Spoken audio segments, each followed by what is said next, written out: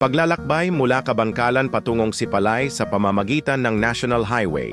Mula sa makulay na lungsod ng Kabangkalan, sisimulan natin ang paglalakbay patungong Sipalay, ang kilalang Jewel of the Sugar Island.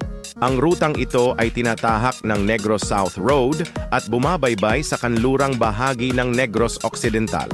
Sa habang humigit kumulang 70 kilometro, ang daan ay dumaraan sa mga bundok, tabing dagat at maliliit na pamayanan, isang tunay na paglalakbay sa puso ng kanlurang Negros.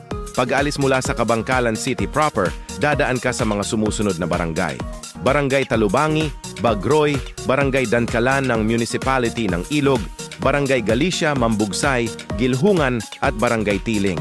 Mula sa bayan ng Kawayan, madadaanan mo ang Barangay Manuling, Isyo, Tuyom, Masaling, Barangay Kaliling, kung saan dito mo matatagpuan ang makasaysayang Parola Lighthouse ng Sohoton.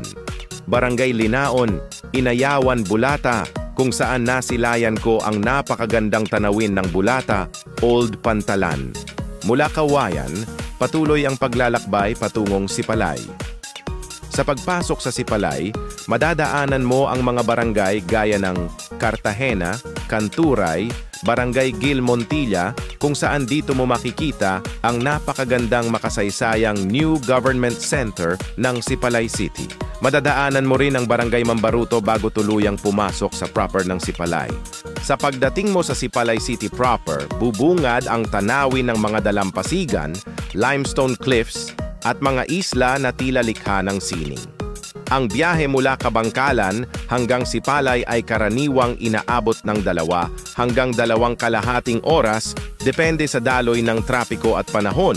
Ngunit bawat kilometro ay may hatid na kwento ng buhay, kalikasan at kultura ng Negros Occidental. Kung nadaanan mo na ang rotang ito, anong masasabi mo?